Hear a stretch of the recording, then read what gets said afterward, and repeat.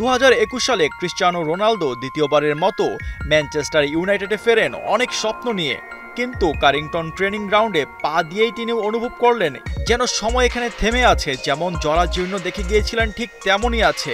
এক সাক্ষাৎকারে তিনি বলেন, স্যার অ্যালেক্স ফার্গুসনের পর থেকে ক্লাবের কোনো উন্নতি হয়নি, এমনকি সুইমিং পুলের দেয়ালও ভাঙা, আর তা মেরামতের জন্য এক পয়সাও খরচ করা হয়নি। অবকাঠামোর দিক থেকে আমরা এখন অন্য বড় ক্লাবগুলোর চেয়ে অনেক পিছিয়ে আছি। রোনালদোর এই মন্তব্য শুধু ভক্তদের নয়, ক্লাব কর্তৃপক্ষকেও নাড়া দিয়েছিল। সেই সময় তার কথা অনেকের কাছে খারাপ লাগলেও সত্যিটা এড়ানোর উপায় ছিল না। নতুন কো-ওনার স্যার জিম রেডফ্লিক বিষয়টিকে গুরুত্ব দেন এবং বুঝতে পারেন আধুনিক সুযোগ সুবিধা ছাড়া একটি এলিট ফুটবল দল গড়ে তোলা সম্ভব নয়। 2000 সালে নির্মিত এই ফ্যাসিলিটি প্রায় 2 যুগ পর রিকনস্ট্রাকশন করা হলো। স্যার রেডফ্লিক বলেন, 25 বছর আগে নির্মিত এই কমপ্লেক্সটি সে সময়ের জন্য বিশ্বমানের হলেও বর্তমানে বিশ্বসেরা 4-5টা ক্লাবের তুলনায় অনেক পিছিয়ে ছিল।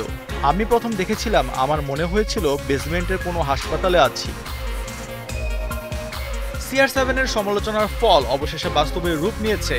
ম্যানচেস্টার ইউনাইটেড 50 মিলিয়ন পাউন্ড খরচ করে কারিংটনকে তৈরি করেছে একটি অত্যাধুনিক নতুন ট্রেনিং সেন্টারে, যেখানে এখন রয়েছে F1 simulation room, pedal court, উন্নত মানের জিম এবং বিশ্বমানের রিকভারির সুবিধা ছাড়াও বারবার শপ, যেখানে খেলোয়াড়রা নিজেদের ব্যক্তিগত হেয়ার ড্রেসার নিয়ে আসতে পারবেন।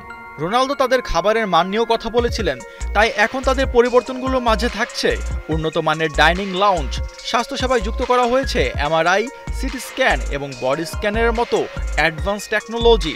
ক্লাব কর্তৃপক্ষের ধারণা, ফুটবলাররা আধুনিক প্রযুক্তি ও সরঞ্জামের মাধ্যমে নিজেদেরকে শারীরিক ও মানসিকভাবে আরও শক্তিশালী করে তুলবেন।